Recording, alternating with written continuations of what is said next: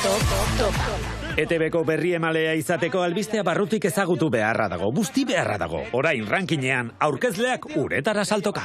4. tokian, Xabier Erauskin.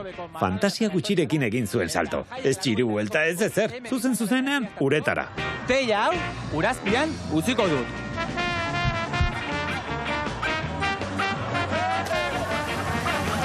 Hirugarren postuan, Unai Parragirre eta Iñaki Urdanpileta. Hauek ume txikiak bezala. Batek salto egin eta besteak atzetik.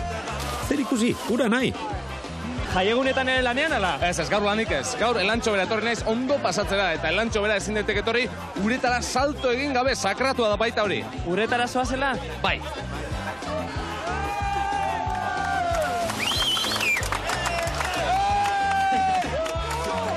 Eta beste batzuk, gogo gilegirik ez pasokaten ere izan zuten bainatzeko aukera. Ba ikusi zuen, minutu erdi ere ez da beramagu, eta dagoeneko ja bustitan hago goiti beraino. Eta behin ja busti ondoren, berriz busteak zerra dio, ez?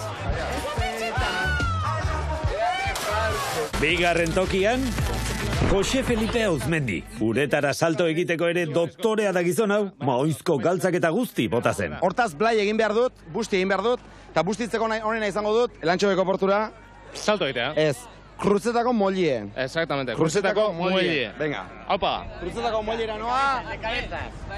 Kontuz, A toma por culo, bat. Bi. Tairu. Orda! Eta lehenengo postuan, Rocío Basterra argentinarra, Mateo Franzoia estatu batuarra eta Xavier Peruren aleitzarra. Honek txiste bat ematen du, denetik dago. Salto batekin eta badura Mateo!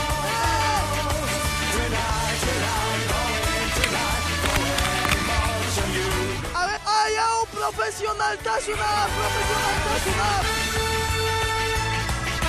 Eta orain, Xavi, handiena eta azkena, Nik eskaladora dudala esan du, baina egia esan barda beldurtu da nagoela.